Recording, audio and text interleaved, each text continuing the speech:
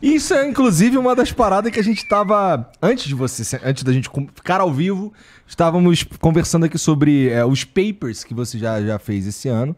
E um deles é sobre por que as pessoas acham coisas engraçadas, né? Sim. Cara, isso é um tema bastante interessante, especialmente porque tem aquelas... Eu tava pensando aqui naquelas piadinhas que tem e a gente, inclusive, se sente culpado de achá-las engraçadas, cara. O humor, ele é um pra cada pessoa? É correto afirmar uma parada assim? Então, vamos lá. Eu acho que não. Eu acho que, na verdade, são poucas teorias, poucas linhas que explicam a totalidade da percepção da graça. A gente tem que separar duas coisas. Quais são as estratégias de construção narrativa do humor? Afinal, existe uma ciência. Os caras do stand-up estudam stand-up, né? Nem todos, mas sim. Hoje em dia a maioria, porque isso aí corta um caminho tremendo. Mas do outro lado tem a questão de o que torna as coisas engraçadas para as pessoas individualmente consideradas. Nesse caso, a gente tem assim, um histórico de teorias, inclusive. A primeira teoria, que ela é anterior, inclusive, ao próprio, enfim, à era cristã, é a teoria da superioridade. Uma teoria que se tornou famosa no Ocidente com Hobbes. E, basicamente, o que ela diz é que a graça vem da percepção de que o nosso lugar, ou eventualmente o lugar de uma outra pessoa, é assimetricamente superior. E isso daí faz a gente se sentir bem. Então, por exemplo... mas eu preciso de um exemplo. Por exemplo, pensa num humorista, tipo de piada assim, super comum, a piada autodepreciativa. Tá. Por que a piada autodepreciativa é engraçada? Por que você ri? Segundo essa teoria, você ri pelo senso de superioridade que ela provoca em você. Pensa em piada de português. Veja, as pessoas assumem que as piadas de portugueses são piadas da colônia. Não faz sentido. Na colônia, nós éramos o assunto da graça. São piadas originadas a partir da metade do século XIX, com a imigração portuguesa. E esses portugueses que vieram para cá, vieram para trabalhar. Então, tem um senso de superioridade desses brasileiros que estavam aqui, muitos deles descendentes de portugueses, que criavam piadas tirando o sarro da ingenuidade, eventualmente da burrice, etc. e tal, dessas pessoas, produzindo a graça a partir de um senso de superioridade. Tem um inverso disso também. Como é que isso deixa de ser engraçado para as pessoas, cara? É quando a gente começa a colocar uns filtros morais nas coisas e elas deixam de ser engraçadas? Sim. O grande seletor da coisa... Pensa, por exemplo, que a gente está falando de um teto solar. O negócio que, assim, realmente escurece a sala é o filtro moral. Mas eu já chego lá. Tá. Então, assim, a primeira linha é essa, é a linha clássica. Qual que é o problema com essa linha? Por que dizer que a graça emerge do senso de assimetria de poder ou qualquer outro tipo de assimetria é insuficiente? Porque muitas vezes as coisas são engraçadas naquilo que simplesmente emerge espontaneamente e instantaneamente. Não dá tempo de você processar uma coisa que tenha esse nível de informação que está relacionado, por exemplo, à percepção de assimetria. Então, por exemplo, imagina uma pessoa que vai lá, solta aquele pão gigante assim, numa sala que você está, sabe assim, e tipo, fica aquela situação hilária. E aí você quer segurar, aí você chora de rir. Entendeu? Não é por um senso de superioridade. Você não está se sentindo superior à pessoa porque ela soltou uma bufa. Não é isso, entendeu? É outra história. Pensa, por exemplo, as 1000 situações em que você ri da vida. Você simplesmente acha alguma coisa hilária na vida. A propósito, a gente tende a achar que a graça emerge principalmente nas relações sociais. Isso está errado.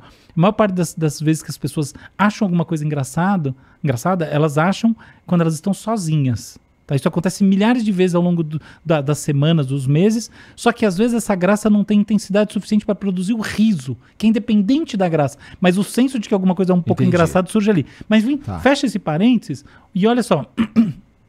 Então, nessa perspectiva de olhar mais amplamente as coisas que produzem a graça, a gente vê que a teoria da superioridade ela é limitada.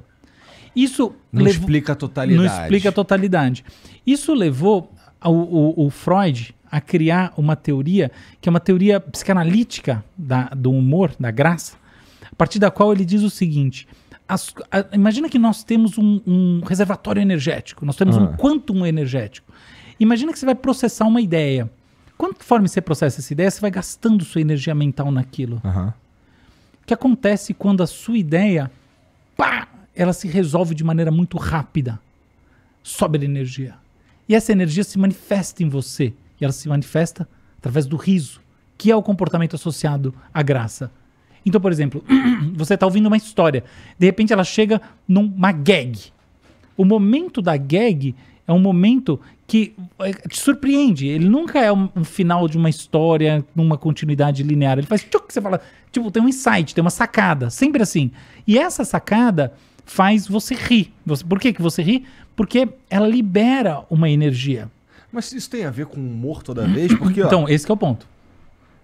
Porque assim, eu penso que acontece comigo, quando um troço é fácil de ser resolvido e tal, e sai um sorriso, uma risada, alguma reação nesse sentido, mas é uma sensação de alívio, na verdade. Exatamente. A ideia, a teoria freudiana associa muito fortemente a graça, o senso da graça com o alívio. Faz sentido. Então, e isso é verdade em alguns casos. Quer um exemplo? Toda vez que... Você pode ver, uma estratégia clássica em stand-up é um humorista brincar com a plateia. Invariavelmente, a pessoa que é zoada no bom sentido, é lógico que ela está participando, ela é convidada a participar, ri. Por que ela ri? Porque uma energia transborda, é quase como se ela risse de nervoso.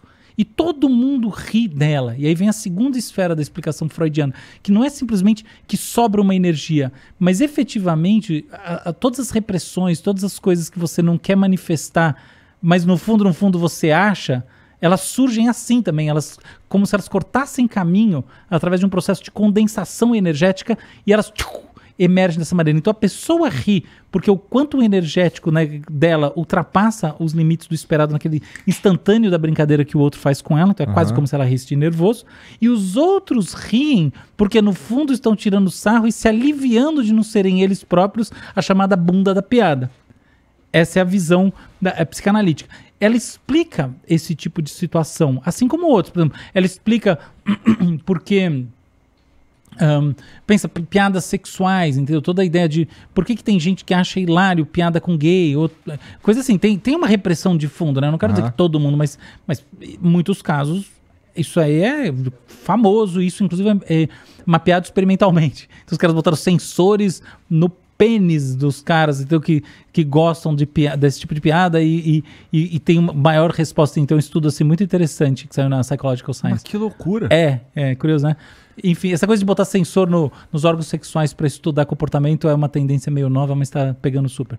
Mas fecha um parênteses, ela é legal por essas coisas. Mas olha uma coisa, se a teoria freudiana de fato fosse uma teoria de amplo espectro, as pessoas mais reprimidas seriam as pessoas que mais riem nos shows de humor.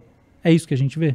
Então, não. Eu também acho que essa... Você estava explicando isso aí tudo, dessa teoria do Freud e tal, mas eu acho que também é insuficiente. Ela é totalmente insuficiente, esse é o negócio.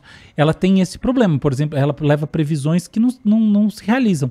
Vide essa, entendeu? Então as pessoas mais reprimidas são aquelas que no show de humor vão... Não é assim. A gente sabe como é que é. Pelo contrário, é o sujeito mais desinibido que ri no show de humor, não é esse. Um show de humor, ele tem um aspecto também que... o cara... Por exemplo, eu vou num stand-up, eu saio de casa... na intenção de rir. Saio de casa na intenção de rir pra ir quando eu vou no show de stand-up. Então, eu chego lá e, assim, talvez o que o cara tá falando ali nem é tão engraçado, mas a técnica que ele entrega aquilo ali, eu sei o momento que eu tenho que rir, né? Então, por isso que eu tô te falando, você sabe que tem uma ciência ali naquela porra, que ele entrega a piada de um jeito que eu, condicionado a rir que estou, rirei.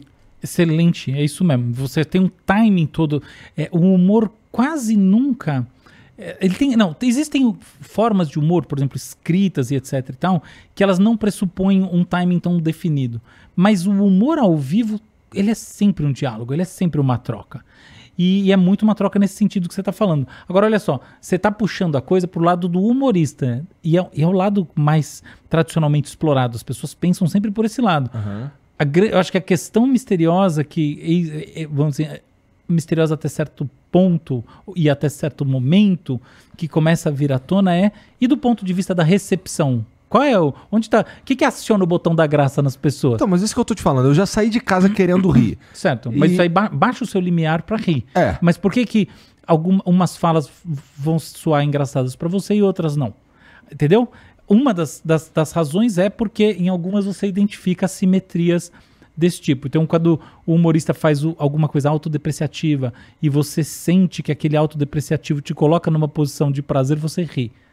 Outra é porque algumas coisas mexem levam a você, processos cognitivos mesmo. Você está processando informação e sobra uma energia. Você acha engraçadinho, entendeu? Porque sobra aquele, você toma quase um susto, você acha legal quase, entendeu? Tá no limite entre o divertido e o engraçado, que são duas coisas distintas.